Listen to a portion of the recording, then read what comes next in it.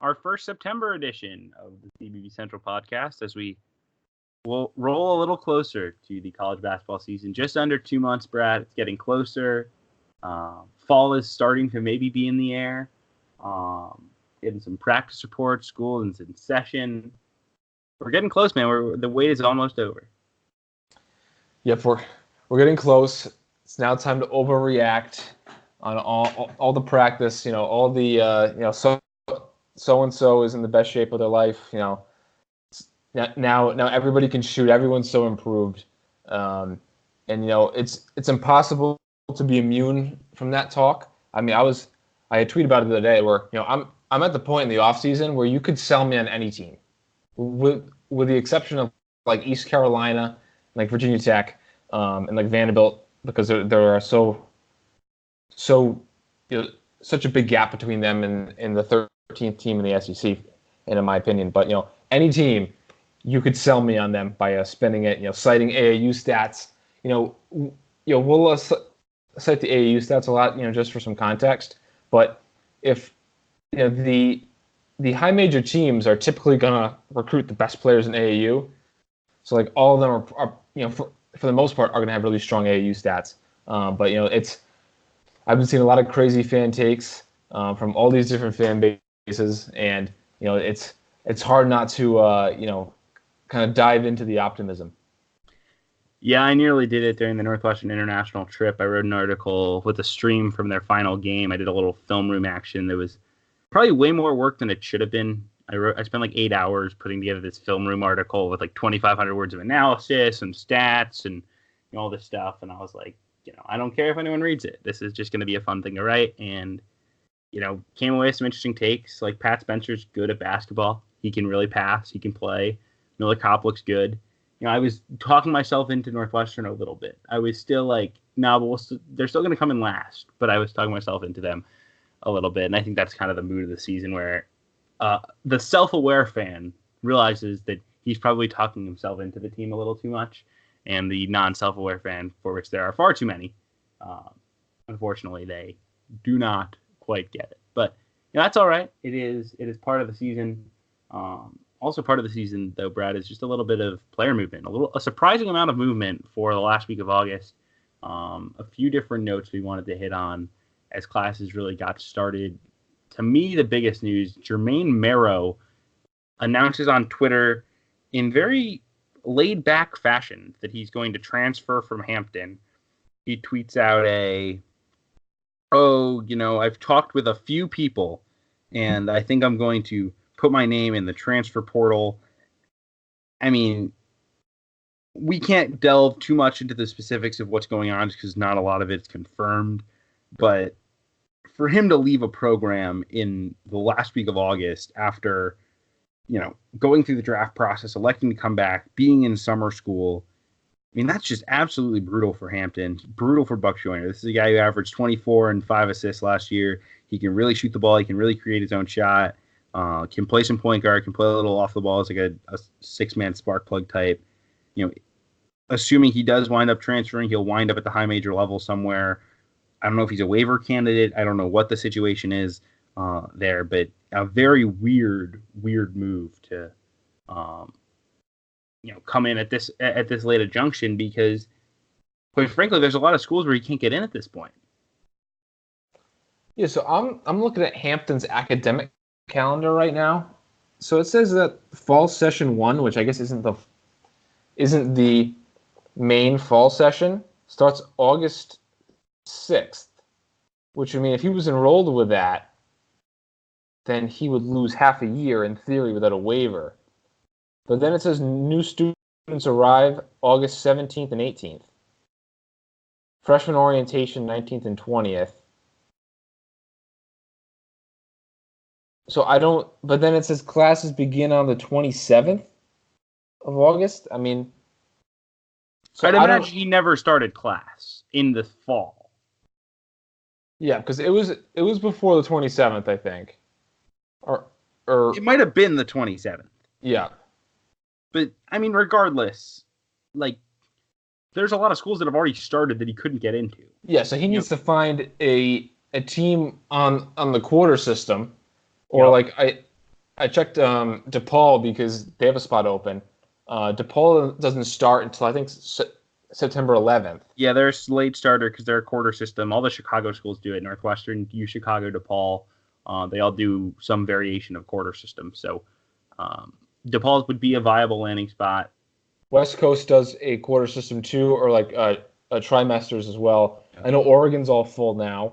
I don't know about Washington, but I mean, like he's really really limited his options. I mean, I would imagine there has to be something going on, to incite this, right? He doesn't just sit down at home one day and decide, you know what, I'm going to transfer on August, 29th, 27th, whatever the date was. Like, there had to be something that went on, whether that was a coaching thing, whether that was a personal life thing, whether that was, something changed that caused this to happen. And, if it does wind up happening, it's brutal for Hampton.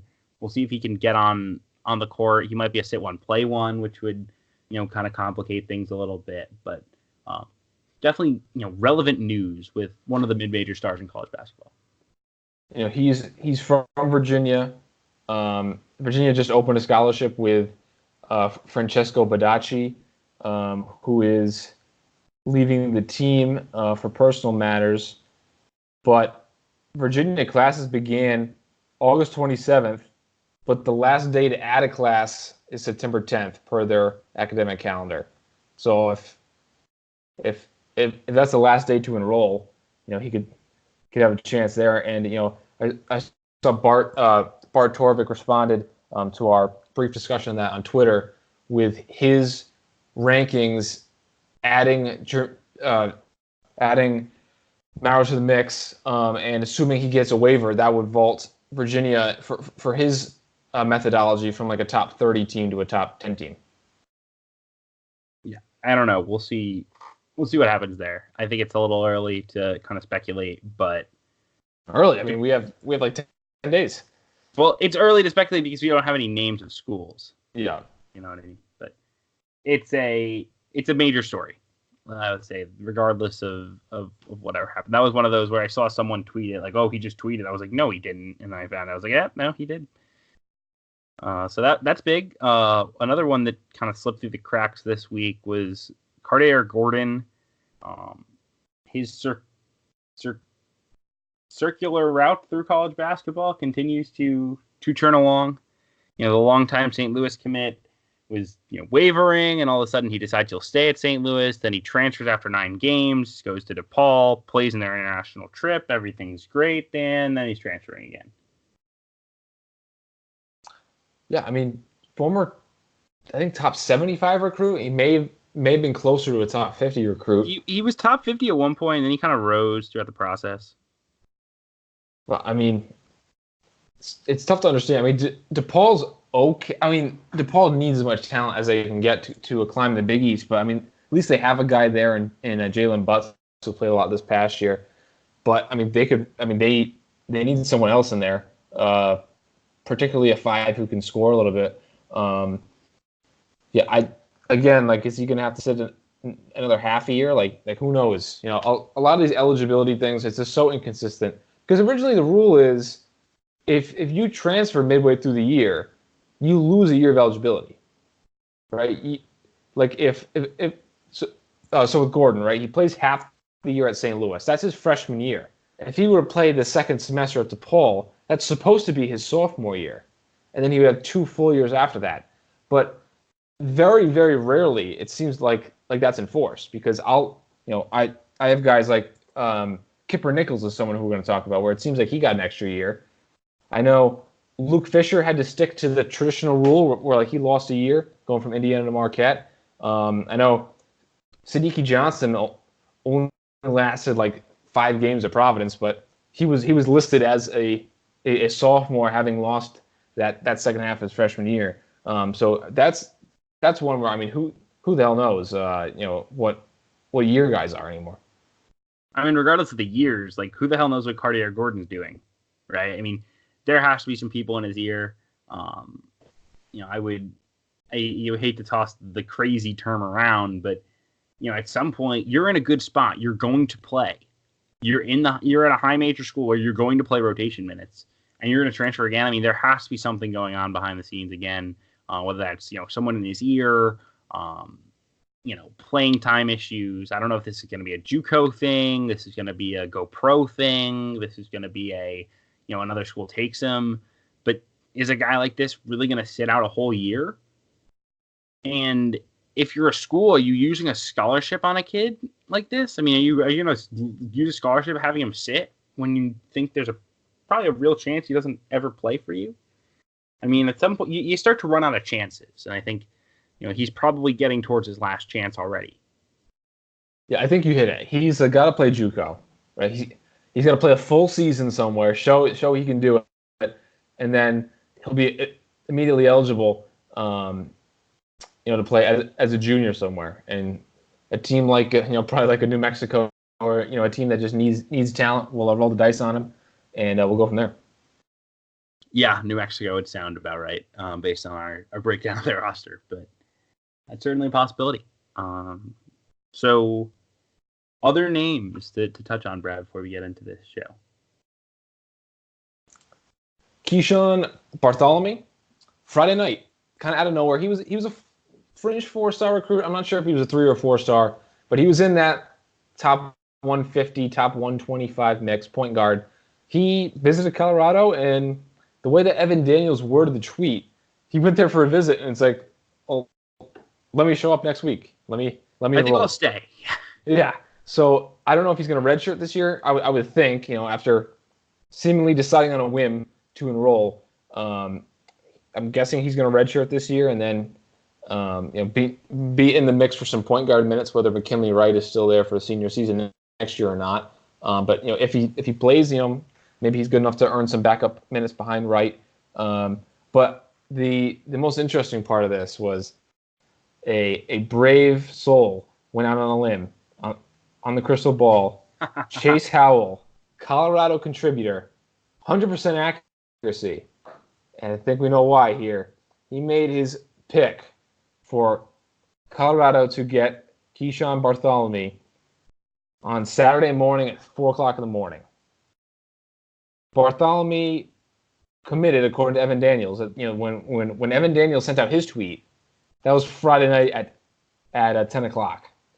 So how was this guy able to know 6 hours after Evan Daniels broke the news that Bartholomew committed? Where would we be without his inside sources? Oh, he's very well sourced. But no, I think it helps Colorado whether he redshirts or not. To me, the whole thing with them is just overall talent level. They're one of those teams that they bring it all back. They have all the experience you could want, but do they just have enough good players to be a tournament team? And Bartholomew is just like another roll of the dice, right? Verbals has him written into it as an expected redshirt, so I think that's probably what we'll see. But you never know. I mean, like if there's an injury to one of their guards, they're not super deep in the backcourt. They have a JUCO kid coming in, and Maddox Daniels, who they need to give some minutes to.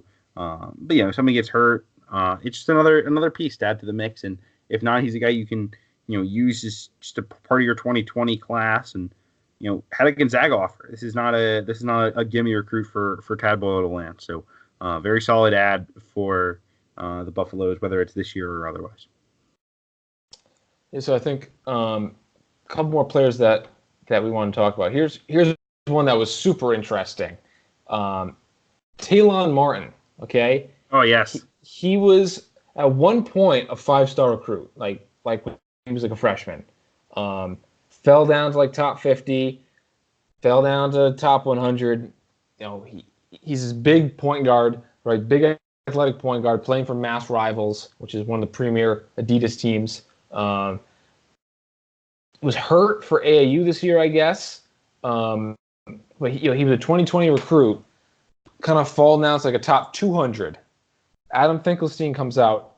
He committed to St. Joseph's, the Division III program that Jim Calhoun just started.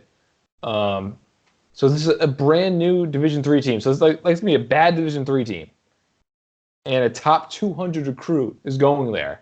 And then Vin Pastore, who's the head of Rivals, tweeted, he's for a new path. Like he'll play Division III for a couple of years and then go up to Division I.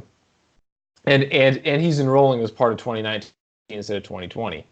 Now, why this is so unique, like why this is a new path, is because obviously Division III is a much lower level than these top JUCO programs that a guy like Taelon Martin could potentially go to. So that's kind of a weird part of it. And like instead of going to prep school or going somewhere and like redshirting a year while he qualifies, is going to Division III, which I guess doesn't have academic qualification concerns, and he'll be one to monitor. Yeah, that was the one that we figured out pretty quickly, was it had to be academic related, because everyone says, oh, you're forging a new path, but there's no reason to not go the regular path unless there's a problem. And you have to imagine that there was a problem. D3s, you do not have to register with the NCAA Eligibility Center. The D3 schools set their own admission standards, so he might just be going in. He gets his grades for 1 to 2 years. He may not even have to go JUCO. He may not have to wait 2 years like he would in JUCO if he was a non-qualifier. So that might be the thinking, where he can go a year, then sit a year at a D1 after putting up big numbers. Maybe it works. I feel like the reason why kids go JUCO is the competition level, the fact that it teaches you something, it humbles you, it teaches you how to play. It is true that everyone's watched Last Chance U on Netflix. Like, that's the culture of JUCO does help a lot of kids, and I think that's the reason why that's partially why that's the path. And I don't know if this is going to work. I really don't, but it's interesting enough to talk about. Because because all right, he's a big point guard. He doesn't shoot it great. They're gonna have him play point guard and have Jim Calhoun and Glenn Miller, I guess, the former UConn assistant, develop him. But like, what if he comes out and averages like 10 and 4? He's like an upside type, right? So if he doesn't develop, he's stuck there. Well, the weird thing is, like, he could put up he could put up massive numbers just by bullying people athletically. The thing people don't realize is, like, D3 athletically will be lower than the NAPSAC preps. That's not to say they aren't very skilled. D3 basketball players have an incredible amount of skill level. Usually, great handle, can really shoot the ball, but they're smaller guys. They're usually not very athletic. Those are the two areas where the JUCO or the D3 realm is going to lack. And so for a big athletic kid, I don't know that putting him in that environment helps. Right? Like, you want to teach him how to shoot. Well, he's not going to have to shoot. It's like playing high school ball. So. Yeah, it's going to be easier, right? You touched on it. I think he plays for Putnam Science. I'm not 100% sure. But, Putnam Science had, like, Akuk and DeMar Langford and Tyson Etienne, I think, from Wichita State, too. Like, these are serious players. And, you're right. Like, will he be developing even if he averages like 30 points, but bullies his way to it? Will that have gained him anything, or is this kind of a smoke and mirrors sort of thing?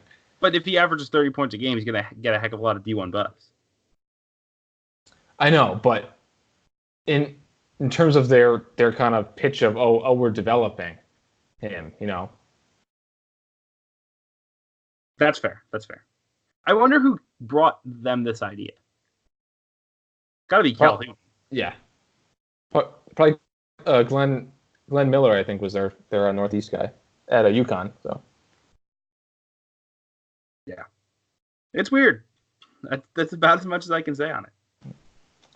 Just DJ Williams, and then we'll move on to the deep dives. Yeah, let's do DJ Williams. He's going to be a mid-year grad transfer, which makes a lot of sense because when he announced he was a grad transfer, I talked to some people and was told, well, that's interesting because he is not going to graduate. So this solves that problem. He'll wait a semester. First off, my thing is good he's getting a degree, right? A lot of kids, he's an inner city Chicago kid, went to Illinois, transferred, goes to GW. Now he gets a coaching change, wants to leave, doesn't really fit the culture. a lot of kids may not get their degree, and I think it's good on just its face that he gets his college degree regardless of where he winds up playing. Second of all, I know this is the part you care about, Brad. Not that you don't care about him getting his degree, but because I saw you tweeting about this, was he's gonna be a really interesting test case because the only other guy I can remember doing this, or there's a couple guys I remember doing this. Ibrahima Diallo, who left Rutgers and couldn't find a spot, so because he was going to be a sit one play one because he had redshirted, so he became a grad transfer by staying until December, and then became a guy with 2 to play. And then Dwayne Morgan, who is somehow still in college, he's entering like his 7th year. The NCAA just keeps giving him waivers. He left as a he left what? He left UNLV. Yeah, went to Southern Utah. Yeah, but when did he leave? I'm trying to remember when he left. What the timing was. He did the same thing as Giallo because he was taking visits to like Boston College and Southern Utah in December in that like short window between first and second semester. Right, but you can't play for 2 teams in 1 year, as we saw with the Elijah Burns situation. Yeah, because he was sitting once they got I think once they got Menzies. He was like, all right, I'm going to sit this half of the year and then go to Southern Utah. But then he petitioned for another year, got the whole year, then got hurt, so he's now getting this year. Yeah, because whenever you miss your whole 5th year, you always get a 6th year. Yes. That's like the only way to get a 6th year. Is like I remember Chris O'Toole from Marquette, Emmett Holt for Providence only played in 6 games, but it was due to like his illness, right? So like he got and he missed his whole 5th year. I mean, he missed his whole 4th year. Only played 6 games in the 5th year. Got the 6th year. O'Toole missed the whole 5th year. Jalen West for Northwestern State, I think missed his 5th and 6th year. So I think he ended up getting a 7th year. So that's one thing that the NCAA is consistent about. But yeah, that's be interesting to see how long DJ Williams waits. I think a high major could take him. He's not as good as people think he is. Like, people are gonna love this as an impact get if he like lands somewhere. He was one of the least efficient scorers in the A10. He can't shoot. He's like a slasher wing type. You could probably plug in on a high major team and play like 10, 15 minutes a game, but honestly, I think he'd be better off like finding a mid major where he just bullies some people. I think that could be interesting.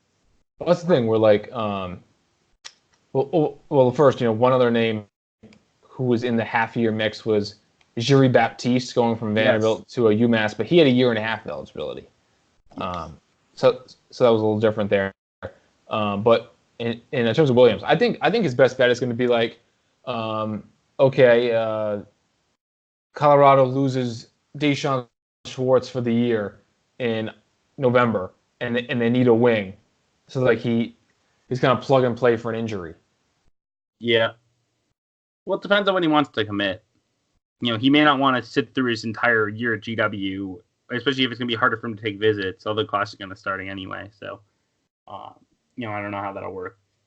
Maybe a team like I'm just trying to think of who would want him. I know there was rumors DePaul was the favorite at one point, and then that has obviously went away because that was in June and hasn't happened yet. But maybe now that DePaul is a scholarship, they would take him just for the half year. It not really a high opportunity cost. They don't really need him, but I don't know. It'll be interesting to see where he winds up plugging in. But he's somewhat useful. He's athletic. I don't know if he's anything else, but he's athletic. Yeah, I'm quickly going through rosters. I don't see one that really jumps out. Maybe like St. John's. St. John's doesn't really need a wing though. They just need point guards and bigs. Yeah, but if Rasheem Dunn doesn't get a waiver, then they could use a waiver though. All right. They wouldn't have taken him if they couldn't get a waiver. Arkansas, maybe? I mean, they have plenty of wings, but they have a spot. Yeah, I could see Muss do it. Miami? Do they need wing? Well, so they have Vasiljevic, Wong, McGusty, and Beverly. And Likes. Those are their 5 perimeter guys. So if like one of them busts. Yeah. I think that this is going to have to come down to injury because we had touched on this last time. But it's like every team on paper right now has a lot of depth. Well, it's tough sell to a freshman, right? If you recruited a kid like Harlan Beverly or like Isaiah Wong to then like as soon as fall class starts, be like, yeah, sorry, you're not going to play by conference play. Yeah, I'm still flipping through teams. I guess like Arizona if they lose somebody else to injury, but I mean, well, no, because they're full because they have Baker and Brown sitting out. Yeah, I think it's going to have to be closer to when he's eligible. I think a Missouri Valley team could make a lot of sense. He's from Chicago, might fit regionally. He could play. The talent level would be good. Maybe like I don't know if like who has spots, but like a Bradley or something like that could work. Minnesota could work. Yeah, they could use a win. Yeah. I think I'm going to lock in Minnesota for my prediction. Okay, crystal ball. Going off no information other than teams I could think of off the top of my head at 9:45 on Sunday. Absolutely. So, speaking of going off the top of our heads, should we start with Illinois? Should we do our deep dive? We've got Illinois and Wichita State today. Should we start it off? Absolutely. Illinois last year, 12-21, 7-13 in the Big Ten, 84th in KenPom. For going 12-21, 84th isn't crazy bad at all. A lot of NIT teams are in that range. It's higher than St. John's was for the NCAA tournament. But they started Big Ten play 1-7 before winning 5 of the next 6, including beating Maryland in Michigan State. Then stumbled to the finish. It's defense is a serious issue, especially on the interior. Bashanisvili is not deferring guys from he's not stopping anyone at the rim, and then playing guys like Frazier. He's not a good defender at all either. But so they were 230th in effective field goal percentage defense, 245th in overall field goal percentage defense. They forced a lot of turnovers, but they got killed on the glass and they fouled a ton. They were 338th in terms of allowing free throws per field goal. So it was almost like every 2 shot attempts, they were sending someone to the line. Also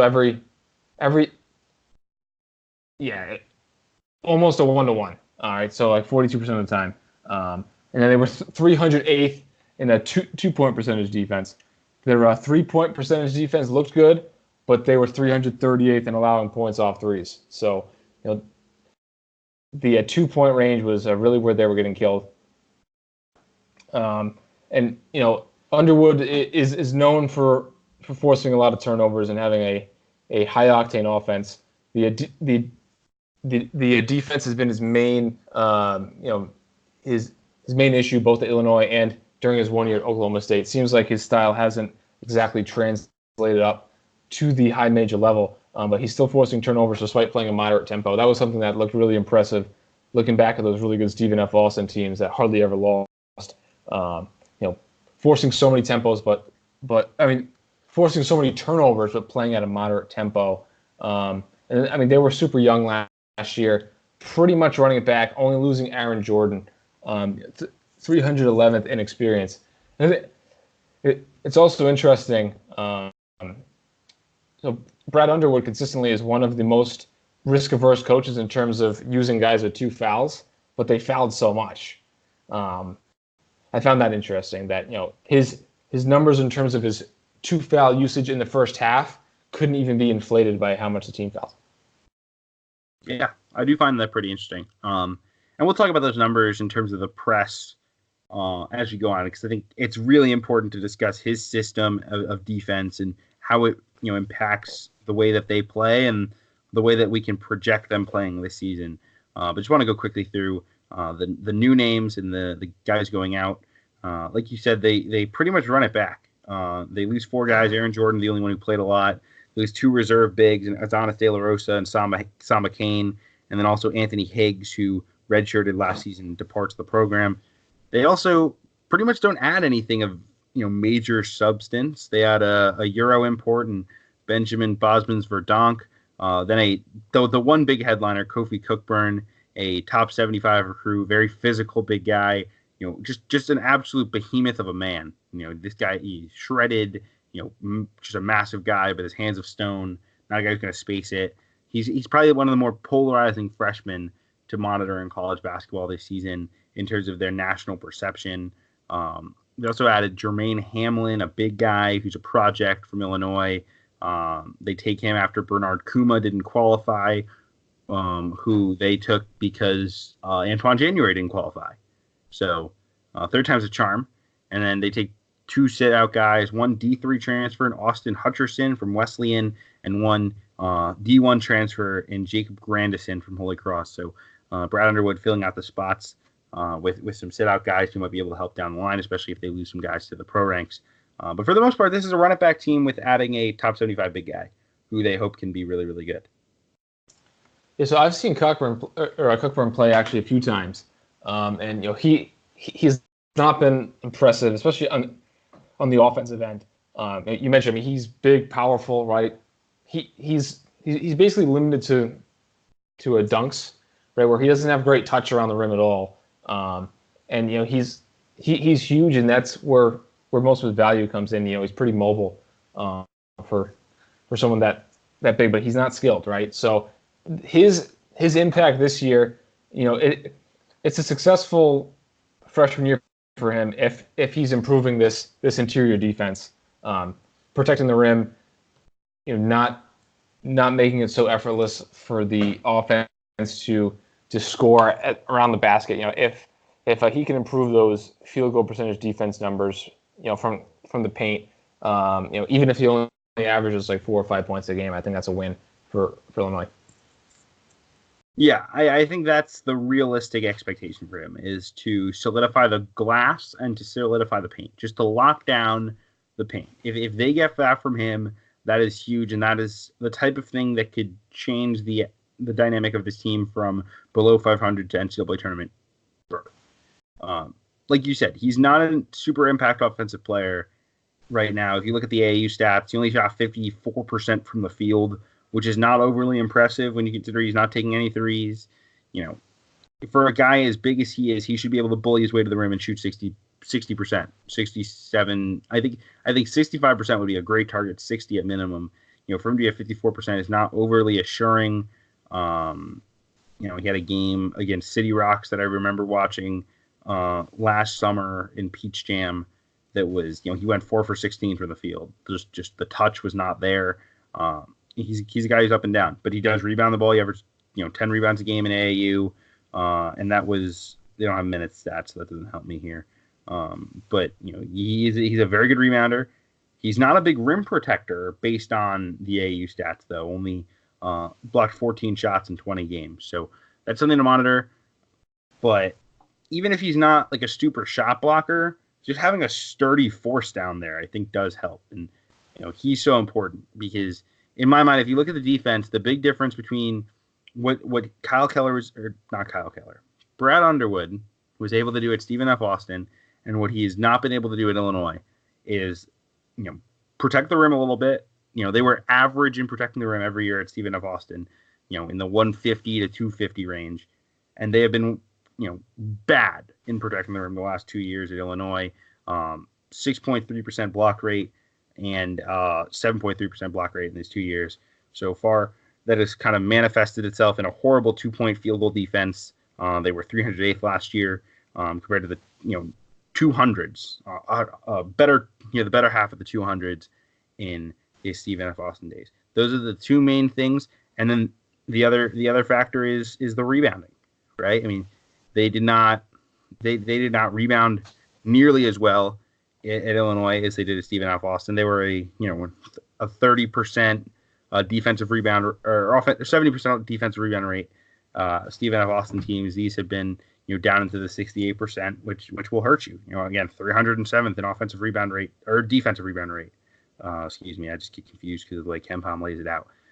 I mean, you're always going to foul when you press. That's just going to happen. You're always going to give up a fairly high field goal percentage defense. Like that's going to happen when you press. You have to make up for it by forcing turnovers and forcing a heck of a lot of turnovers and being more efficient on the offensive end. I actually argued one day when I was in an argument with an Illinois fan that Illinois' problems over the last 2 years have been as much about the offense as they have been about the defense, if not more on the offense. Because yes, they've been in the hundreds on defense, but they've also been in the 80s on offense in Ken Pom, and that's just not going to cut it, right? If you're going to press and you're going to force turnovers, you cannot be a low field goal percentage team. In the last 2 years, they've been a low field goal percentage team. I think part of that's being fairly Trent Frazier reliant, and Trent Frazier is kind of a gunslinger type. I think part of that's not having an interior force, so you're not getting a lot of easy buckets at the rim. I think part of it's the press not getting you as many easy ones as you want. It's more like more dead ball turnovers. But that's got to change for me as much as the defense has to change. I mean, even the personnel isn't super. It doesn't scream pressing team, right? Like it's like Ayo Dosunmu is like a perfect guy in the press, but Frazier's not long, and he's not a very good a defensive player. DeMonte Williams is a very good defender, but he's only like 6'3". They don't really have like a freak athlete who's like super long at like the top of the press, and then they don't have a rim protector on the back with Bashanas-Vili. I mean, maybe they will this year with Cockburn, but Bashanas-Vili, I mean, he's pretty skilled. He can score on the post. He puts the ball on the floor a little bit, but he's not generating easy shots. He's not a lob threat. He's not like a catch and finish guy. He's someone who's creating his own shot. With like a lefty jump hook or and an array of moves in the post, right? He's not someone who creates easy baskets. So I think this team is kind of missing some of that pressing identity. Yeah, and honestly, I'd love to see Frazier take a few minutes step back this year and be like more of a 25-minute a game guy, be more of a spark plug. And that can create more minutes for an Alan Griffin and a Tavian Jones. Alan Griffin was terrific on their international trip, had a 31-point game, averaged 17 a night. He's an athletic wing. He had a good billing out of high school. He's the type of guy that fits a press. A true long athletic wing who can make plays. Tavian Jones, another guy, 6'7", can play the 3, can maybe even play a little small ball 4. That's another long athletic wing who had a couple bright moments last year, had a good trip overseas that helps you press. So maybe it's a little less of the Frazier and Feliz group, and it's a little more of the DeMonte Williams and the Griffin and the Tavian Jones, and that might help the defense a little bit. But I think in evaluating this Illinois team, we basically need them to improve on both ends, right? It's going to be very difficult if they're 100 plus in Ken Pom defense for them to be a top 50 team. It's going to be very difficult if they're an 80th ranked offense for them to be a top 50 Ken Pom team. At some point, they're going to have to improve on both ends, and I don't know how optimistic you are in it happening because I love some of the individual pieces. I'm just not 100% sure how it's going to come together. I agree. I mean, in terms of the offense, I mean, Oklahoma State in Underwood's 1 year was number 1 in offense, right? And they had pros, right? They had Juwan Evans. They had another guard too, right? It was Juwan Evans, Phil Forte. Did they have somebody else? Let me pull up that team. I feel like that they had another pro on that team. Was that So that would be 16-17. But then they lost like everybody. Okay, so they had Jeffrey Carroll averaged 18 a game. But that team had a dynamic point guard in Juwan Evans, who was undersized. But that team could shoot it a lot better than this Illinois team is. Illinois needs guys like Griffin, Jones to really step up and start hitting some outside shots.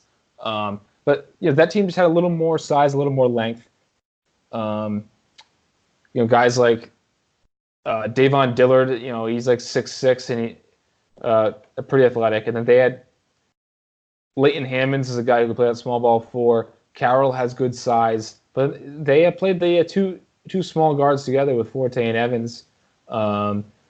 Lindy Waters isn't a super athlete. He played a fair amount on that team. So they also weren't a super great defense for what it's worth. They were just absurd offensively. Yeah. So I think the answer is finding that 3-point shooter. And DeMonte Williams, he played a lot last year, right? Over 20 minutes a game.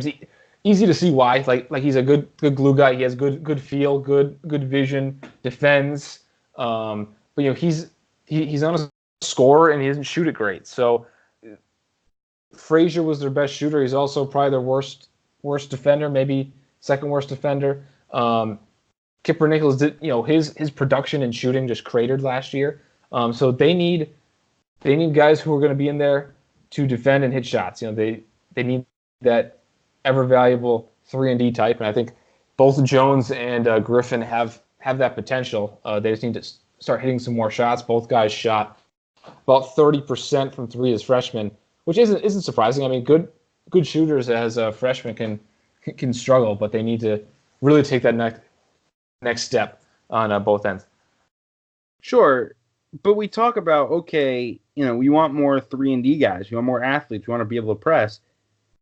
And then the solution is let's bring in a 7-foot, 250, 260-pound Kofi Cockburn to play with your, mobile but not, guard on the perimeter big and Georgie Bashashvili. Like, are we supposed to believe in an offensive jump by playing an extra big and clogging the lane?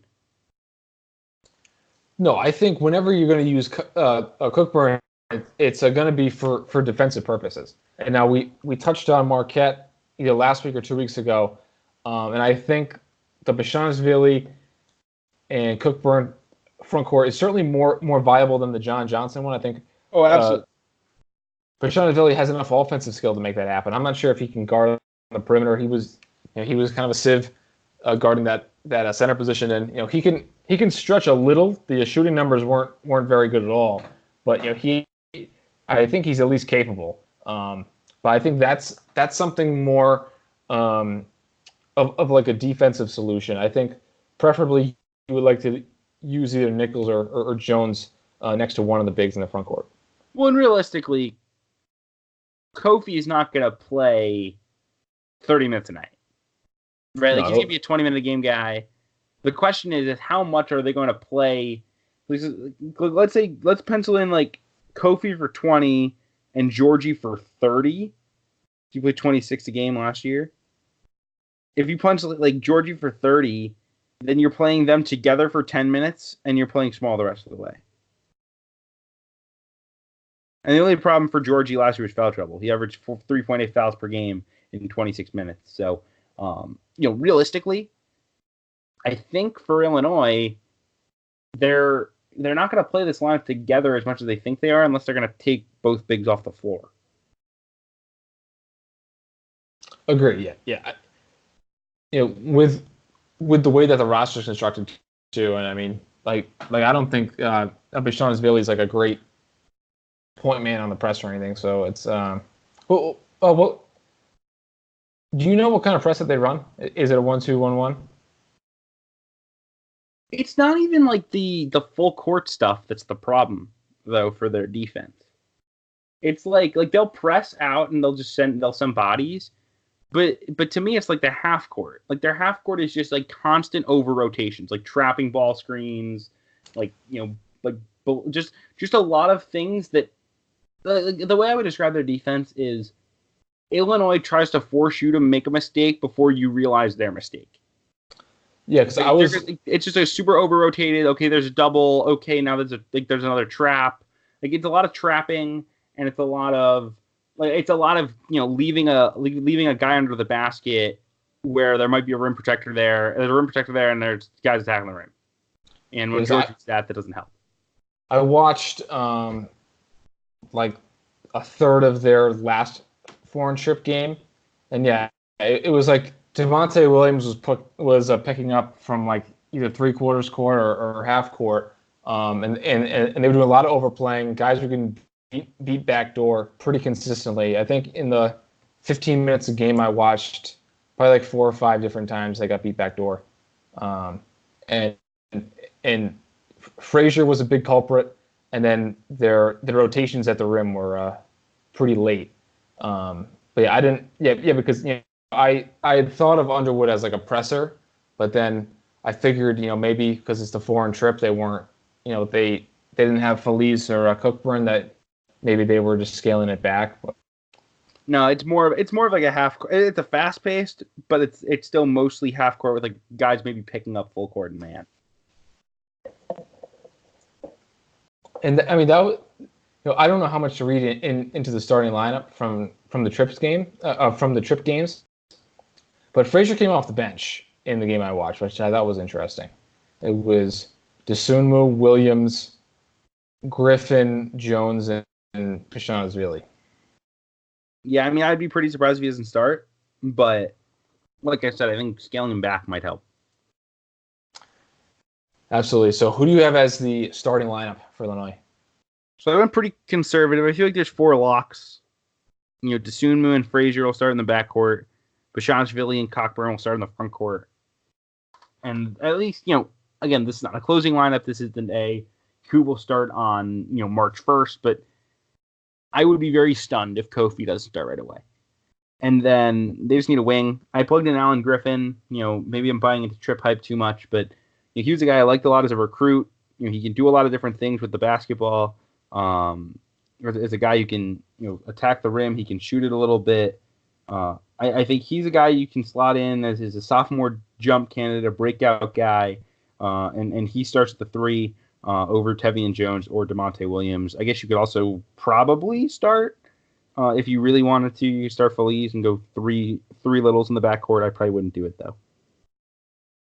Yeah, I think that they'll play that lineup a little, probably less than they would last year, because they really need to,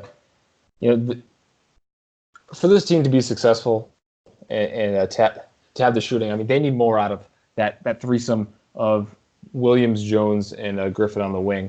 Maybe Jones starts at that 4 spot instead of Nichols. Well, I mean, you have the 2 bigs. I don't see them starting that way. I could see that happening from we got this big recruit, we have to kind of cater to him, or to kind of prove that, yeah, we made an improvement here. Like, we went out and got a starter in the offseason. But I had Dosunmu, Frazier, DeMonte Williams as the 1, 2, and 3. And then I went Nichols at the 4, but I would not be surprised if Jones starts there. And then I went Pashanaashvili at the 5. Okay. I've kind of jumped out a little on Kipper, right, because he played so poorly last year. I still think he's going to play. But again, I predicted my bench to be Feliz, Williams, Jones, and Nichols. So basically not having a second center to throw in the mix. I just don't realistically project Hamlin being ready to give you anything more than maybe 5 minutes a game as a freshman. I mean, there's a reason he was out there at this point in the game. He averaged 3 points and 3 rebounds a game in EYBL. Yeah, that's not going to do it. And like that team, at least when I scanned the roster, it didn't look like they had a ton of bigs. And he was playing up a year, because he was playing with the 2020 guys. Playing with Caleb Love and Cameron Fletcher and Moses Moody, and they had another big name too. I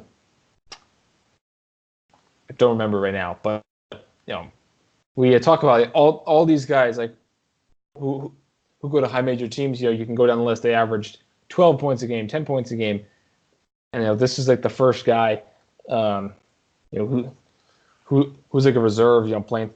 They had him down for 13 minutes a game on the EYBL site, and averaging 3.4 and 3.2.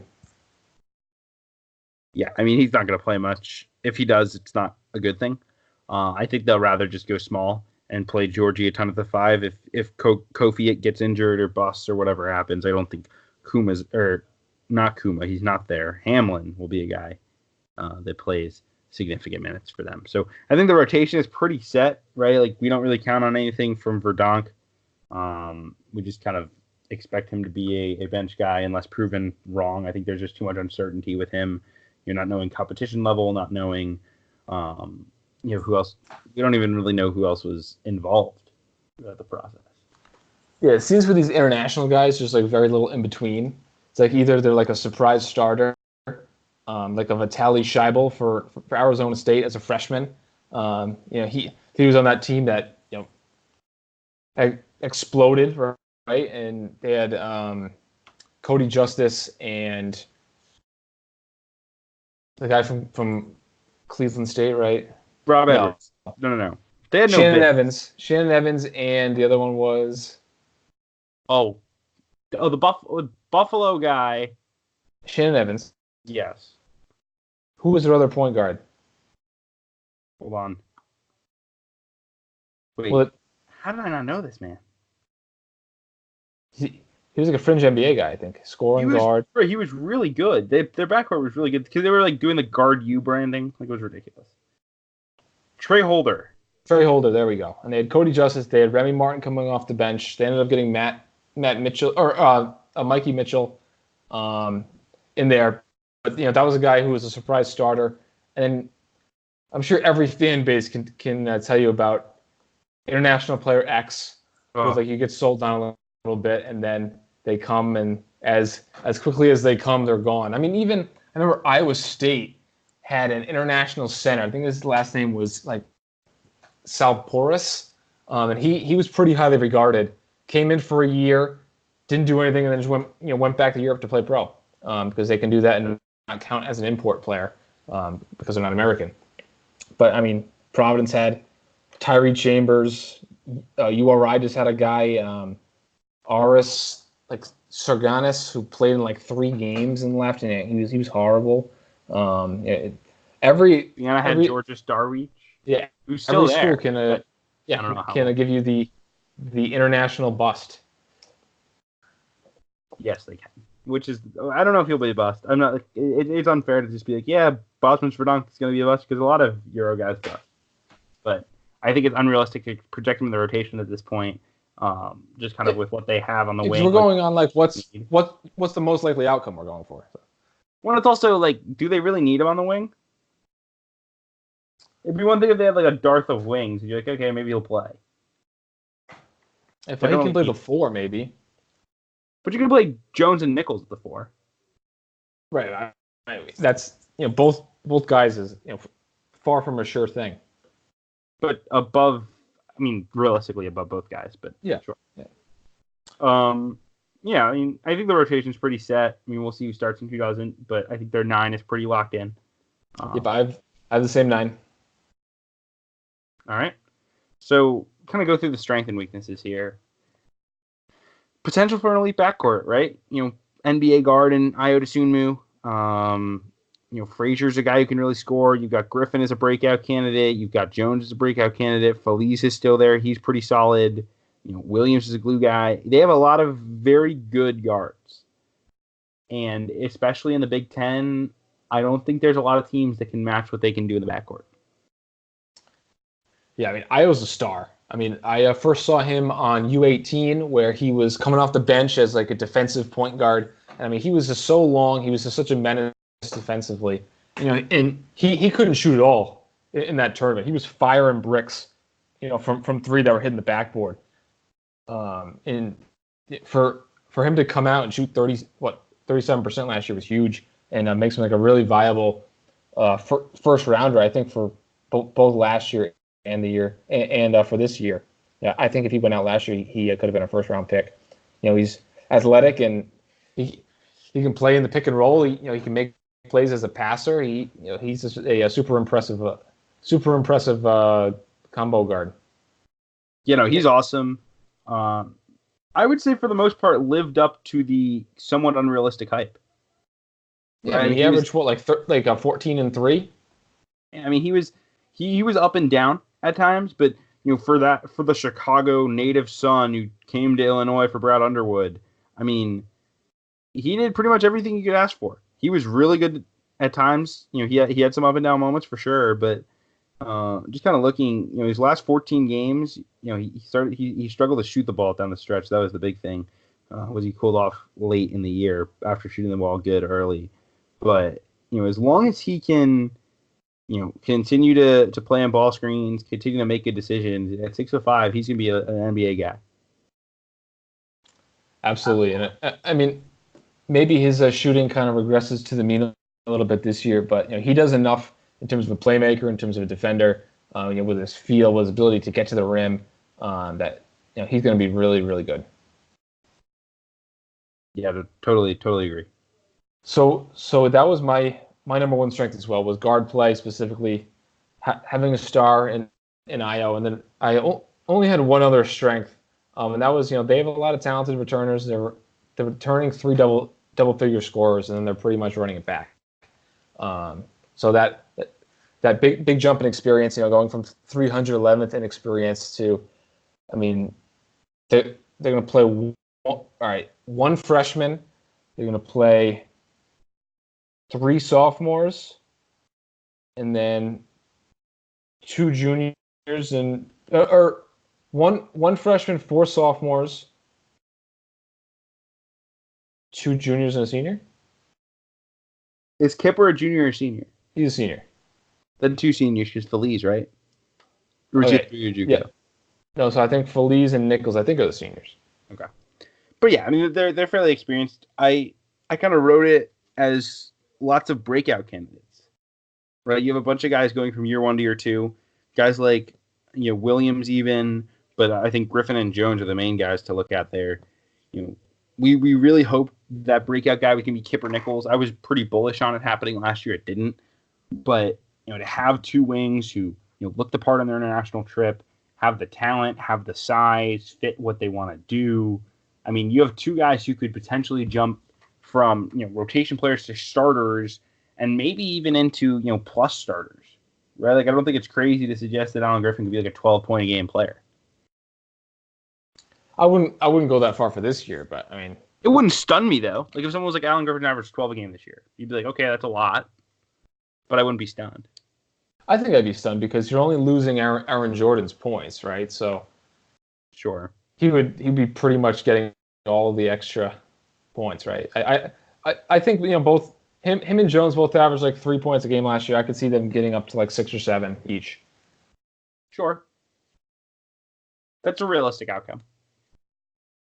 Jones is the guy who I think is the most likely to kind of provide that 3-point punch, and if he's a very, very lanky, so I don't know if he can play the 4 full time, but I think the more that he can play there, if Nichols' shooting is still down in the 20s in terms of percentages, I think that's a really strong look there. Yeah, no, I would totally agree. And I think they have the depth in backcourt and the depth in the backcourt and on the wings to play the system. I don't know how much they're going to do it because they're going to play 2 bigs, but they have the bodies now. I don't know if they have in terms of having guys you could trust. They have a lot of guys coming back who understand it, who know how Underwood wants to play. I think that's a really good sign for growth on the defensive side of the ball, beyond just at least improving in terms of the perimeter defense. Yeah, because for me, that's my number one question with them is the defense. And, we know that they're super aggressive and that lends itself to some easy baskets. But I mean, going back to the percentages real quick, being 308th in a 2-point percentage defense. I mean, even as a pressing team, right? That's got to be better. So they're one of the 50 worst teams in terms of allowing 2-point makes, and then they're also one of the 15 worst teams in terms of fouling people, right? So they're giving up a ton of easy baskets. I mean, they were 16th in allowing points off free throws. So I understand that some of that is a symptom of the system, but that's still got to improve if they're going to be a top 40 team. Or I know Bart Torvik's system has them in the top 20. So the defense is going to have to make a major improvement regardless, to make a jump like that. Yeah, I totally agree with literally everything you just said. Oh, thanks. Wow, it was impressive. So weaknesses. How will 2 bigs work? Right? I mean, We were fascinated to see how this is going to work. I think Georgie is a guy who, he didn't shoot the ball great last year. He's a mid-range guy. He's crafty. But is he going to become a legit stretch 4? I don't know if that's going to happen. I don't know how Kofi is going to look offensively. Is he going to hurt their turnover margin because they're not going to protect the ball offensively by playing two bigs? There's a lot of different things both on offense and defense that we don't know by playing two bigs. It's a big question mark for me. So I think that's the number one, at least in my mind. And then obviously can both offense and defense jump? Yep. So just running through my questions, right? I had defense number one. I had the two bigs being number two. Can they coexist, or should they coexist even? I think it'll certainly be better than Marquette's experiment, but I think at best it's not going to be a huge value add for them. And then number three would be 3-point shooting. Frazier was the only plus a 3-point shooter. Ayo was a good shooter, but I think that's going to regress a little bit. So they need. I mean, I've probably said this a half dozen times already, but Nichols, Jones, Griffin, Williams, Felice. Felice is a guy who can really get to the rim, change of pace point guard, but he's not a great shooter either. So they got to find guys who can make shots. From that supporting cast.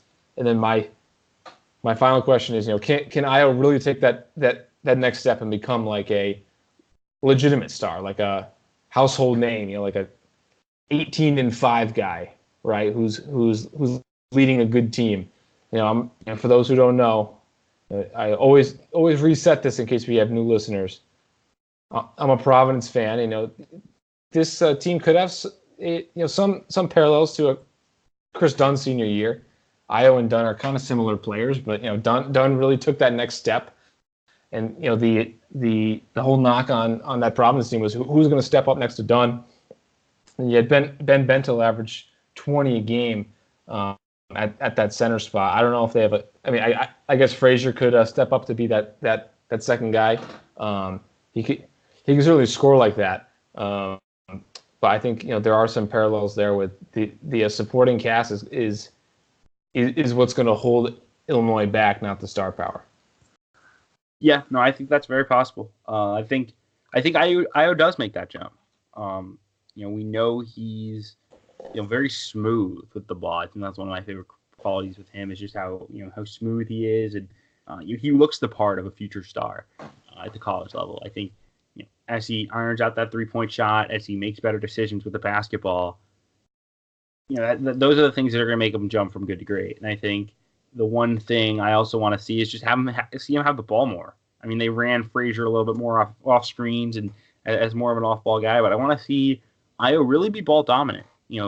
Obviously not overly ball dominant where it becomes a problem, but I want him, consistently initiating offense, consistently playing in ball screens, consistently attacking, because I think he just provides something that Frazier doesn't. That's not a knock on Trent Frazier. I feel like I've been overly negative on Trent Frazier. I'm a big Trent Frazier fan.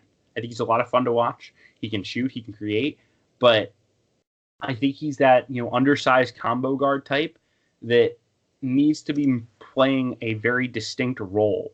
He can't just be freed up to be one of the best players. Yeah, because there are players throughout college basketball that are very good, but they're very flawed.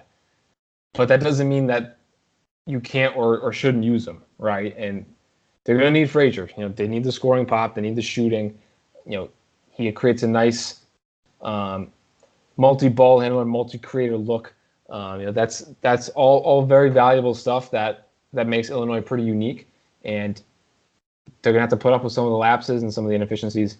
But overall, I think I like how he fits into the overall projected lineup. Yep. So just wanted to pull their non-con up here and get our perspectives on that, because it really went wrong before the conference season even begun. They lost to Florida Atlantic. They got beat up they were in Maui, I believe. And then they had that game, I believe it was against Arizona. It might have been Gonzaga. It was Gonzaga, yeah. They played, Frazier hit a ton of shots late and, willed them back into it. Then they lost, and they ran out of gas for the rest of the tournament. And after that, then they lost to Florida Atlantic, and then the season was over. They had no shot at making the tournament. Looking at the schedule in the non-con, they open with Nickel State, then they go to Grand Canyon. That could be really fun. And they have a 2-game trip in Arizona, to Grand Canyon and to Arizona. I think they have to win one. Realistically, that's the type of trip though that can set a tone. They play Citadel, Hampton. They got another bye game right before Thanksgiving. Have Miami at home. They have Old Dominion at home. Mizzou on a neutral in the Enterprise Center, and then North Carolina A&T. So a very manageable non-conference slate, I would say. Absolutely. And then in terms of a prediction, so before we did our research, I had Illinois 42nd overall, which was 6th in the Big Ten. So just in terms of where they would be seated based on just kind of a national perspective, that would be an 11 seed. So my bracket, they're playing St. Mary's in the first round, but I'm thinking to at least move Illinois down to the first 4, maybe even to like the top of the NIT. I think after doing the research, I think I'm a little more down than I was prior. Yeah, I'm at 43. That's the territory where I start to get really uncomfortable teams. I feel like I had 41 teams that I was like fairly confident with. Like up to Colorado, and then I had like Texas, Illinois, Notre Dame. I know you're higher in Mississippi State, Arizona State, Davidson, Georgia, Oklahoma State, Syracuse are all in this range for me where it's like the upper end is them potentially getting into the top 25. And the floor is that they're never really a bubble team. Where like the range of expected outcomes is quite a bit larger with these groups of teams. And I think Illinois, I'll keep them at 43. Again, if they were 80th again in Ken Palm, it wouldn't stun me. If they were 20th, I don't think I'd be all that stunned either. Yeah, I feel the same way about that range where like between 40 and like maybe 75, I could see all those teams being on like the same tier. It's like I have NC State 40th, right? I have Illinois 42. I have Texas 46. Ole Miss 53. Missouri 60. ETSU 69. West Virginia 75. At the end of that range, I mean, I don't think that there's a huge difference between any of those teams. I love that on a podcast that is supposed to be kind of built on us kind of bantering back and forth, we go in and rank Illinois within one spot of each other. Yeah, because I mean, everyone says that I always disagree with people, but then I can't even remember what the disagreements were. I think it's mostly fake news, but I think it's just because you hop in our group chat. There's you guys listening. We have a group chat for our Rockin' 25 voters, about 15 guys. It's a lot of fun. Just kind of talk about college basketball, talk about life, and I feel like Brad is not overly active in that chat. He just comes in to like correct people. Like he'll like just toss in, "Oh no, you're wrong." Like or something like, "Oh, who do you think is a top 25 ACC player?" And he'll be like, "Oh no, you guys are all wrong. Like it's Funderburk and it's MJ Walker and and then he just leaves. And then like an hour later comes back, like, what were we talking about? Like, Brad, come on, dude. Well, no, because like I'll be at work and I'll scroll through the message and then I'll comment on the point is to comment on basketball. And I'll comment on something and then a couple hours later when I get a break in the action, I'll scroll through again and see. It's quite a fun time, but basically we're pretty sold on. We're pretty much in agreement. This is a bubble team. This is a very critical year for Brad Underwood. Before we move on quickly, this feels like a make or break year for his reputation at Illinois. If he loses and replicates 12-20, he's done. Right? There's no way. Oh yeah. If he goes 500 and they're not in contention, probably no way. If he is a top 25 team, everybody's going to celebrate Brad Underwood like the best coach in college basketball and how he's like this, he's a program builder and he's it just took him time because he's rebuilding and, what may have you. If they're on the bubble, he probably doesn't buy himself a ton of time, but, people start to have some confidence. So this is a critical year for him. I think for his reputation as a coach, we were so sold. Like, we've talked about this a lot. This was the no-brainer of all no-brainer hires. And yet somehow we're at this point where he's entering year 3 and has to win.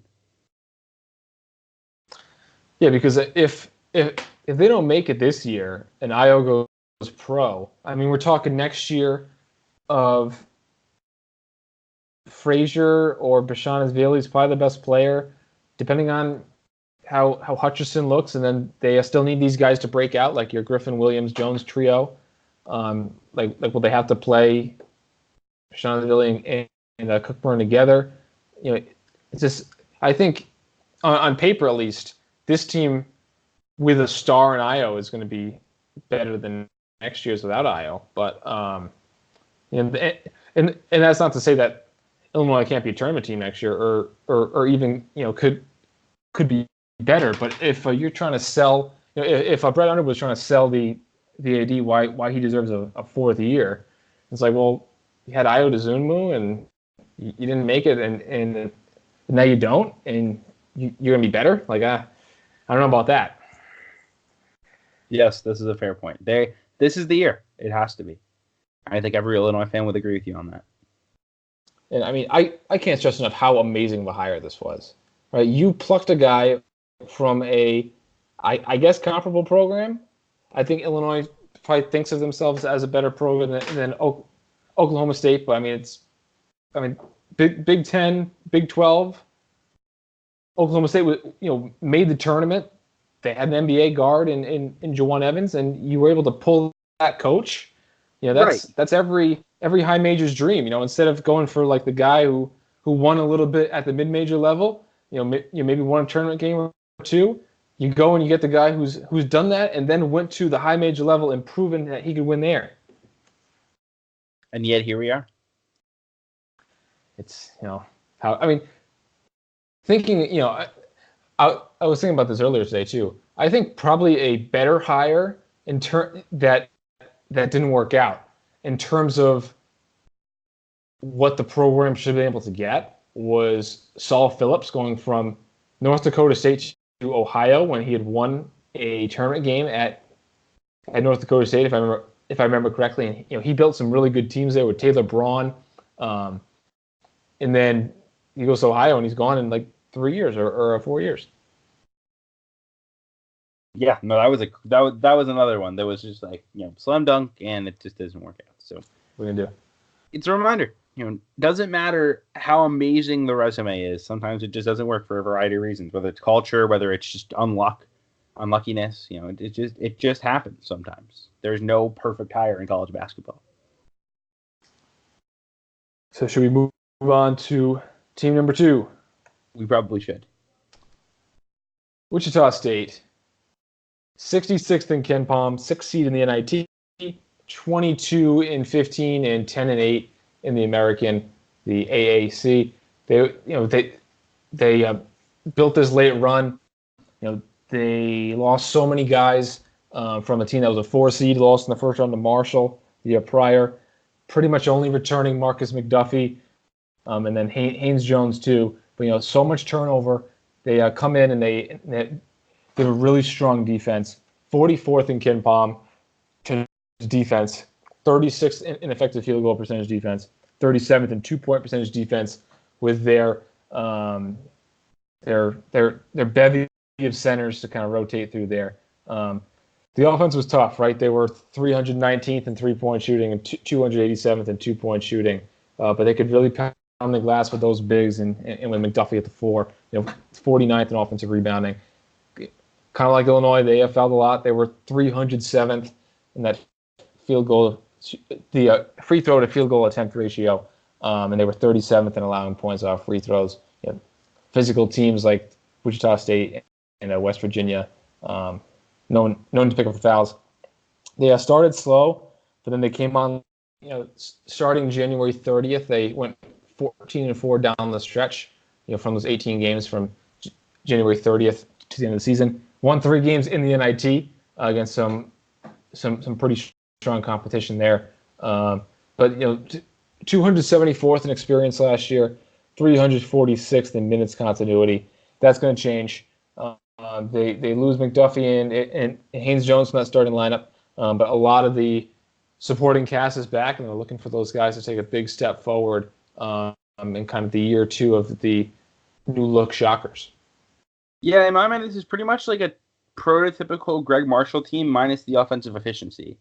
And that can be almost entirely explained by being a really young team that relied on, McDuffie and Haynes Jones for a ton of offensive creation that they had never really done before, and a bunch of freshmen to go make shots. And because of that, that meant that they played that meant they were a little bit more inefficient, and that meant some early season struggles. I remember when you as a Providence fan lost that game to Wichita State early in the year, it was panic because you're like, this team is not good. They struggled in the non-conference. But by the end of the year, if you put them on in the conference tournament, that team looked legit. That team looked like a team that could have went into a first four and won a game or two in the NCAA tournament. And that's a credit to Gregg Marshall. It's a credit to the youth. And I think that's what makes this thing exciting, is that it wasn't just Haynes Jones and McDuffie that carried that run. It was the emergence of those freshmen. I think namely that's Dexter Dennis, who we'll touch on a lot throughout this show. I just want to touch on the newcomers. It's a really interesting, it's a weird group, quite frankly, of Wichita State newcomers. They bring in 3 point guards. Noah Fernandez, who is a very solid player for Expressions Elite on the EYBL circuit, had high major offers, or at least high major interest. I know Temple was involved. He chooses Wichita State. A very good long term get that he's gonna have to add some strength. Then 2 more combo guard types: Grant Sherfield and Tyson Etienne. Both played at elite prep schools. Sherfield was at Sunrise Christian. He was the leading scorer on a team that featured in Valley Dante. And then Ty Etienne played at Putnam Science, which is one of the best prep schools in the country. A big physical guard who is just very physically ready to play college basketball. Probably has the easiest path to minutes right away. Then 2 more freshmen, D'Anthony Gordon, who actually had a very solid EYBL season, kind of a long, athletic combo forward type, who will probably start there in the future. I think probably doesn't play a ton as a freshman. Josephat Bilal is one of the more intriguing players in the 2019 class. He signs late for Wichita State after randomly getting a Kansas offer. Nevada was thought to be in the mix. Georgia Tech at one point was a favorite. He bounced around a lot. I think there was grade concerns, but he winds up at Wichita State. Just a physically imposing guy, incredibly muscular, but skilled as well. Can step out and shoot a little bit. Can put the ball on the deck a little bit. I don't know how much he contributes again as a freshman, but long-term oozes potential. And then a JUCO kid in Trey Wade. Losing McDuffie and Haynes Jones, the main losses. They also lose Ricky Torres, who grad transfers to Illinois State. That kind of works pretty perfectly. Torres wasn't going to play a lot. He winds up playing, and probably going to start at Illinois State. And Rod Brown leaves as well. And then one guy who did not play last year but had high expectations was Teddy Allen, a guy who a lot of people thought could lead this team in scoring this coming season. He gets in more trouble with the law after being constantly in off-field trouble at West Virginia. Was a guy that a lot of people really liked, though, as an undersized, small ball 4 type who could create his own shot. So disappointing that he will not wind up playing for the Shockers this year. It is a third-year JUCO coming up in the fall. Yeah, I mean, Allen was really good in a limited minutes at West Virginia. Him and Huggins seemed to clash. He, despite when he would play, he would be very productive. He didn't get a lot of time. I think defensive concerns, but he looked like he would slide into that power forward spot for Wichita State. Average 14, 15 a game maybe, and be the leading scorer. Him and Dexter Dennis, forming a nice duo there. But they're going to need more out of Trey Wade now, who probably slots into that power forward spot. He averaged 7 and 4 as a freshman at UTEP, and then was a top 25 JUCO player last year. He's an athletic 4-man who can space a little bit, and he can put the ball on the floor a little bit. For like a traditional power forward, not like Allen could, but probably gonna be a more traditional front court. Maybe we see some small ball with Dennis sliding down to play some 4 and allowing like one of these more smaller scoring guards like a Sherfield or an Etienne, play that nominal point guard spot. But they have they have a lot of different options, a lot of different ways that they can mix and match, and kind of revolves around the duo of Burton and Dennis. I think really gives them a lot of versatility. Yeah, they're one of the few teams in the country that I think could absolutely play entirely four guard or entirely two non-shooting or two rarely shooting bigs, and like it wouldn't look that off. Like it wouldn't be like forcing the personnel. They're just really short on combo forwards. They have Wade and then they have the freshman and Gordon, but they could play like you could see them playing like a Bilal and Echenike, or a Bilal and Midgard, or Midgard and Echenike. Like they also have Morris Udeze and Isaiah Poorbear Chandler. The report is that one of those two guys will redshirt to help with class balance, because they have such a loaded sophomore class. Both guys, there's really only room for one to play. There might not be room for either to play. But the plan, I think, is Udeze to redshirt. That's very possible. So he probably sits out this year. But they have so many bigs, but they also have so many guards. They have the 3-point guards that are coming in this class. They have Burton. They have Eric Stevenson coming back. They have Dennis. So they're just loaded with ball handlers and loaded with bigs, and they need Trey Wade to step up and be that combo forward. Yeah, because Burton, who I think could start the season as like as the point guard. He's kind of a point, like he's more of like a glue guy. I guess like a Marcus Smart type, where like you're fine if he's playing point guard. You probably don't want him to be the full-time point guard. But, he has great size. He can guard. He's a multi-positional. He can play in the pick and roll. He has good vision. He can get to the rim. He's not a very good shooter. But that could be a look to start the year. I would not be surprised if they go Burton, Stevenson, and Dennis, the experienced guys, the sophomores, as that starting three-man backcourt with Wade and Echenike in the front court. Well, he played more point guard down the stretch. Like I feel like earlier in the year, Haynes Jones was pretty ball dominant as like that undersized scoring guard, and then as the season went on, they gave more and more point guard duties to Burton despite his shooting struggles, and moved Haynes Jones into more of a scoring guard off the ball look. So I think he probably starts a point guard even with the newcomers. It kind of works perfectly though, because you could free up either Etienne or Sherfield to just go score, but you're having another ball handler in the mix. Right? I think that kind of works perfect, where Burton can run some pick and roll, do all the glue guy stuff, be a good defender, and he's worked on his outside shot to hopefully get that up over 30%. You do all that, and then you have all these combo guards who can play the two. I think that fits in nicely.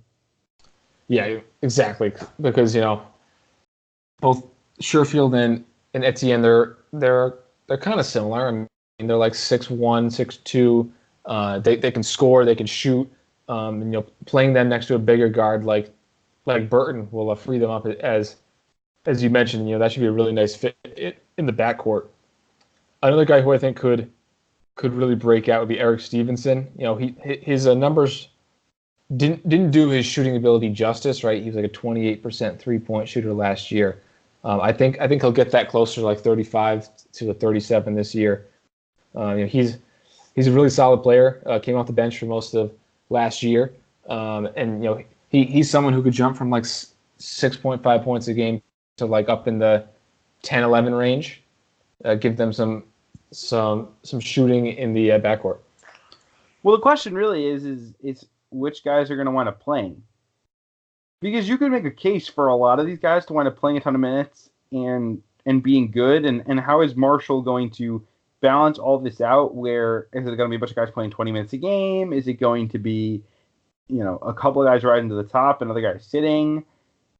It's hard to project how this is all going to balance out. There's room for one or two of these guys to really step up and score, or there's room for 3 or 4 of these guys to kind of play a role.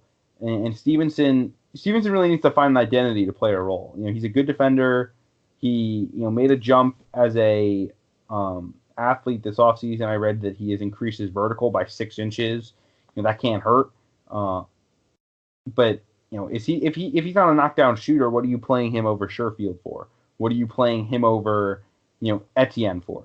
Heck, what are you playing him over Noah Fernandez, who is a really good point guard, really smooth with the basketball, can really distribute, where you could move Burton off the ball and play like a two point guard backcourt. Like you have to give me something offensively if you're going to play, in my mind, and Stevenson just has to take that step. I think he probably kind of stagnates in that 20-minute a game role, and some of these freshmen step up over them, because just it's just a numbers crunch, right? There's just somebody's got to step up and play those minutes, and I don't know that Stevenson should be that guy.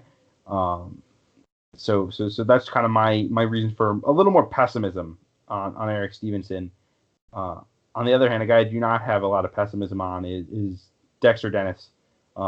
He's a guy that I know everyone is hyping up, Brad. Kind of interested in your thoughts, because down the stretch he was so good. He can really shoot. He's a great athlete, very good defender, strong, can get downhill, and really came into his own as the season went on. So I rank Dennis as my 23rd best small forward, one spot behind Aaron Wiggins and one spot in front of Mason Jones from Arkansas. I don't think that there's a huge separation between a lot of these guys on the small forward list. So I mean, he's a really good player, and if he can continue to shoot the ball as well as he does, besides being like a great defender, I could see him taking a not a massive jump. I think he'll probably average like 13 to 14 points a game, be the team's leading scorer. I'm very optimistic on the three returning sophomores, Burton, Stevenson, Dennis. Playing a lot of minutes. Playing 27 to 30 minutes a game, and all being pretty productive around double figure scoring. I think Dennis is definitely the best of the trio. I think Stevenson will probably be the second leading scorer. You mentioned the freshman coming in, but I mean, freshmen can a lot of times not live up to their shooting ability. I think we saw that with Stevenson last year, and there's no reason why that couldn't happen with Sherfield or Etienne this year. I mean, Etienne's AAU percentages were pretty poor. I checked on those earlier. I think he was like low 30s from the field. I mean, they're both proven guys, top 150 recruits, but if they could come in and not shoot the ball as well as we know that they're capable of, and a guy with a more experience like Stevenson could take advantage. But I think that's we touched on that. You could see any different way that the roster shakes out. In terms of the backcourt, I think Burton, Stevenson, and Dennis, I think will all play like 27 to 30 minutes a game. And I think because Dennis will slide down and play a lot at the 4 when Wade's not in the game, I think that there is room for both Sherfield and Etienne to get close to like 20 minutes a game. And I think Fernandez probably plays more like the 8 to 10 minute a game range. Yeah, I think I buy that. And I think just kind of adding one point on with Dennis that I wanted to mention, he's a guy whose athleticism really pops on defense and it really pops on the rebounding. He had 4 double-digit rebound games in those final 14 games that I mentioned, where he averaged 11 and 7. But it doesn't pop in the free throw department. He doesn't get to the line enough. He doesn't use his strength and physicality as much as you'd want him to do. In that stretch, he only attempted a free throw in 5 of those games. The rest of the games, he did not attempt a single free throw. I think he got a little bit too in love with the jump shot. And to me, that doesn't work for a guy who's that athletic, who has that much potential. I want to see him get downhill, get to the basket more, draw fouls, thrive, and create that contact. I think that's something that can help him take his game to the next level. Because he only averaged 1 free throw attempt a game in that stretch, and that was in a conference tournament game. That was mostly because he took 7 free throw attempts in that conference tournament game against Temple, where there was fouling late and the ball went into him. Right? I mean, that's concerning to me a little bit, at least. Well, I mean, if he plays more 4 this year, because they primarily had Marcus McDuffie, and I think they used Rod Brown at the 4 when McDuffie was off. Playing Dennis Dennis at the 4 will give him more of a quickness and athleticism advantage, where he could potentially draw more fouls using his athleticism that way. I agree that that's like a mark of a great player. They say is someone who can create easy shots, and part of that is getting to the free throw line, especially for a best player on a team. That's a really important part of their game, and so hopefully as he takes a bigger role in the offense, that's something that is added to his game. Yeah, I really hope so. I think that's something that can really help him make a jump. In terms of the rotation, yeah, I think there's a definite chance you get all those guys in there. I think I don't think there's going to be one guy who jumps and takes 30 plus minutes a game in those guard spots. It's going to be a lot of guys playing 20 to 26, and so it'll be kind of a ride the hot hand thing. I think I have Burton, Etienne, Dennis, Wade, and Echenike starting. I know there's been a lot of hype about Ashbjorn Midtgaard taking the next step. He had a nice jump from freshman to sophomore year. If he takes another jump sophomore to junior year, he could push and potentially start this year. But I think, put one freshman in the starting lineup. It gives you a guy who has a lot of upside, who's physically ready in Etienne, and then bring Stevenson off the bench where he can shoot. You can do a little bit more playmaking off the bench as well. Sherfield's a guy who can come off the bench and provide that spark. And then I penciled in Bilal and Midtgaard as your final two guys off the bench in a 9-man rotation with Fernandez as the 10th guy, Gordon as the 11th, and Isaiah Porter-Chandler as the 12th man. Yep. So I went Burton, Stevenson, Dennis, Wade, and Echenike as the starters. Echenike is something. I mean, he played like 18 minutes a game. Was the third leading scorer, right? Averaged like 9 and 6. I don't know if he can dial it up a little bit and play in that like 25 minutes per game range. But I mean, he could be really, really productive. But maybe that's part of his appeal is that he plays plays super hard. Is able to be really effective that way because they use like 3 or 4 centers for most of last year. I think when Mars Udeze went down about halfway through the year, they kind of pivoted to just Echenike, Midtgaard, and then Chandler as like the third guy in there. So if one of them redshirts again, I would guess it'd be a Mars Udeze, but between the shoulder injury and Chandler, I don't think he's redshirted, but he already like reclassed, but he was originally a 2017 guy. So I think he makes the most sense there. So I think Echenike starts. I think Midtgaard is that big man off the bench, and then Chandler is like that third big who plays a couple shifts here and there, but more sporadically. So then rounding out that 9-man rotation, I have Midtgaard, as I mentioned, and then Sherfield, Etienne, and then Fernandez being number 9 and playing like 8 to 10 minutes a game at that point guard spot. Yep, that sounds all good to me. So strengths and weaknesses. Strength, depth in the backcourt, right? I mean, they've got a ton of guys that can play minutes. A ton of guys who, for the AAC, top 150 recruits at guard, typically are going to get minutes right away. They may not be starting point guards in good teams. They don't have to do that because they have Burton who can play. And I think that is really beneficial. They have so much depth there. I think another one is just athleticism. Etienne is a really impressive athlete. So is Dexter Dennis. Trey Wade is kind of that versatile 4-man who can step out and shoot, but also can defend multiple positions and move. Burton's a very versatile defensive player. I think they have a lot of athletes that can turn themselves into a really good defensive team.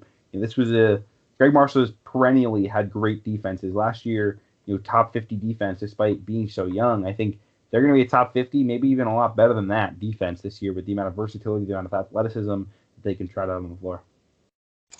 Yep. So I had pretty much the same strengths, right? I had talented young players, a lot of potential breakout guys. Lineup versatility. They have so many options with big, small, different archetypes. Guys who can play 2 through 4. Between Dennis and Burton can play 1 through 3, maybe even 4. I mean, he's only 6'4", but that's something that can maybe happen as well. Their defense should be really, really good. I mean, they lose McDuffie and Haynes Jones, which I'm not sure how good of a defender Haynes Jones was. I didn't follow him that closely, but McDuffie's like that prototypical like combo forward, long athletic guy. But I think that the defense should be just as good, if not better, as you mentioned earlier. Wade should be able to defend. Dennis and Burton are really good on that end, and then rotating all those bigs through, keeping those guys fresh. That was my fourth strength, is that their front court should at least be as good as it was last year. At least that center spot, right? Just rotating those guys through again, keeping those guys active and fresh. So those were the four strengths I had for the Shockers. Yeah, so for weaknesses for me, I put down, they might be a bad shooting team. They were pretty poor in that department last year. We know Dennis can shoot, but you need Stevenson and Burton to step up, because you mentioned it, freshmen often struggle to shoot the ball. They did last year for this team with Burton and with Stevenson. They're going to need guys to step up and hit outside shots to maintain the spacing. The spacing will be helped by just playing spaced out, but they have a lot of guys who've shot in the 20s in their past from three, who've shot in the low 30s. They need those numbers to jump a little bit if they want to be contending for an NCAA tournament bid. Yep, so that was one of my major questions was the three-point shooting. I saw Etienne, I think, was a 35% three-point shooter, actually a higher three-point percent shooter than field goal percentage shooter for EYBL last year. So that's one guy who should translate. Fernandez shot it well in AAU. I'm not sure how much he'll play. Sherfield can shoot. I don't remember his exact percentage, but they need the guys that return to make the jump, and these new guys, to be able to be productive when they're called upon too. And then can they score? Etienne and Sherfield have the scoring pedigree. Will that translate immediately as freshmen? And then who's their best player, right? I mean, McDuffie was a very good best player last year, finally making that jump as a senior. I love Dexter Dennis. I think he's a really good player. I think he'll play in the NBA someday. But as a sophomore who was like the third option last year, is he ready to be the best player, that go-to offensive guy? I'm not sure he is. I think that's the one thing holding this team back is they're missing like a best player. Yeah, and I think Dexter Dennis can be that guy. And that might be why I'm a little higher on them than consensus. I have him at 60. I think that's a little higher than what people might have him at. But I think he can be. I think he can be that 15 to 16 point a game scorer. He has every tool in the toolbox to be that really, really good, complete offensive and defensive player. Will that translate into him being, terrific and dynamic and leading an offense game in, game out when you don't have Haynes Jones, you don't have McDuffie? Maybe, maybe not. But I think he has all the tools to do that. Yeah, I mentioned earlier, I think he'll average like 13 to 14 points a game.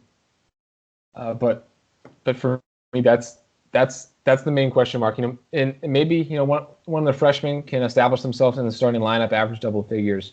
But if they get like a breakout performance from, say, Tyson Etienne, and he comes in and averages like 11 a game, I think that this is probably a tournament team. I think that they're that one piece away. And maybe that piece was Teddy Allen, but unfortunately, that ship has sailed. But they have a lot of options, but they need a lot of guys to take steps forward. And for where I have them 66th, which is coincidentally the same spot that they finished in KenPom last year. I didn't know that before I made the pick, obviously, but I have them going 6th in the AAC, 66th overall, which would make them a 4 seed in the NIT. So actually 2 lines higher than they were this past season. Yeah, I'm a 5 in the AAC, just behind South Florida. I could see them jumping. I think that top 3 tier is pretty clear. The ceiling, like we said, with that 40 to 75 group, that ceiling is all top, probably top 30, top 40 teams that clearly get in the Big Dance. And the floor is, probably, clear NIT teams that never really sniff the bubble. And I think that's pretty much how I feel about this team. I think they've got the pieces. They've got, the coach and Gregg Marshall, who's really, really good. And, the way they developed over last season did not, I did not forget that. I think one of the things, I am almost more impressed with what he did last year, especially down the stretch, than I am with some of the other, amazing coaching jobs. Okay, Fred VanVleet, Ron Baker, Takale Cotton, you win with those guys, and you keep recruiting like a Landry Shamet, you keep recruiting, these next stars. But I'm always more impressed when you take a team that's so young, that has, so many question marks, and you're able to win right away. And obviously it took some time, but to improve as the season rolls on. I mean, I think that's always impressive for our coach, and I thought he did a tremendous job last season. Yeah, because I mean, looking at that roster last year, I know a lot of people gave them the in a Gregg Marshall we trust treatment. We're going to put Wichita State in our top 40s, our top tournaments, or a projected tournament or whatever. But the roster just didn't show that at all. So in the preseason last year, I just looked it up.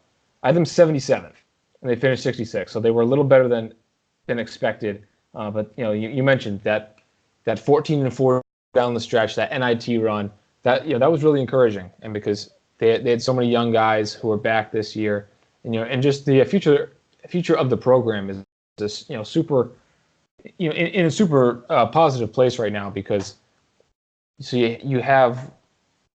Do they even have a senior? Is Echenique a senior? Yeah, I think he is. Yeah.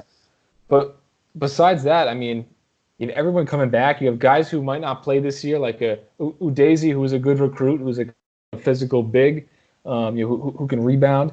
Guys like Gordon and Bilal, who I'm not sure if they'll play this year, and they're both like these explosive, athletic, really imposing athletes there. I mean, Gordon's very skinny, but I mentioned, super athletic. 10, 5 in a block in the AAU, 10 points per game, five rebounds a game, and then Bilal. I mean, he looks physically like a Patrick Young almost. He's obviously not as good as Patrick Young, but he's active, he's athletic. He's a great long-term piece there too. So the future is super bright for this program as the Burton, Stevenson, Dennis trio, kind of continues to mature there. Yeah, I'm super excited. I think they've got a lot of potential. They've got a lot of good young players, and they should be, very relevant going forward. Non-conference schedule, just quickly through it here. They play Omaha, then Texas Southern, then UT Martin, Gardner Webb, and Oral Roberts. So they'll start 5-0. It's a pretty easy start. Then it finishes tougher. They're going to go South Carolina in Cancun, then either Northern Iowa or West Virginia, also in Cancun. Then they play Central Arkansas before wrapping up with Oklahoma State, Oklahoma, VCU, Abilene Christian, and Ole Miss. So they've got a lot of games on that schedule that are going to be 50-50 games for a young group that'll test them. So that's a pretty interesting schedule for them to get some good tests, but also enough wins on there that they'll keep the resume shouldn't be too harmed by it. Absolutely. And then in terms of the coaching future, I mean, Marshall is as safe as anyone in terms of being fired. I mean, maybe he leaves for a bigger job. You never know. Texas could open. There are so many like successful older coaches out there who could retire. But I mean, Marshall has a great thing going. He's gotten Wichita State to a stronger conference. They're this national brand. They were in the tournament every year. I think from 2012 until this past year, where they went to the NIT. They made a Final Four. They're rolling. He's rolling. And things are looking really bright. Yeah, no, everything you said. I mean, they've got him locked up. They're paying him well. That won't change. So unless an amazing job opens and they want him, he will be there for the long haul, and that's pretty much all you can ask for as a aspiring high major program like Wichita State is. And they jumped to the American. They got to kind of establish themselves there, but have a chance to really, boost themselves up as they roll along here. So, future is very bright in Wichita. That's it, right? Yes, it is. That's Nothing another else? edition. That's another edition of the podcast. Another long one. We appreciate you hanging in there. More deep dives coming your way. So be on the lookout for that. Be on the lookout for maybe another coach interview or two before we wrap up the summer. I will note that. I don't want to say any names, but we've got some promising leads going. So keep your podcast apps posted. Be sure to check in, and while you're in those podcast apps, make sure you give us a nice review, rate, subscribe. A lot of positive things for our show. It helps others find it. We do appreciate it. So once again, hope you have a great rest of your week. Hope you are enjoying your September. If you're in college, enjoy getting back to school. If you are out of college, enjoy watching college football because that's a lot of fun. And it's only two months till March Madness. Thanks for listening, everybody.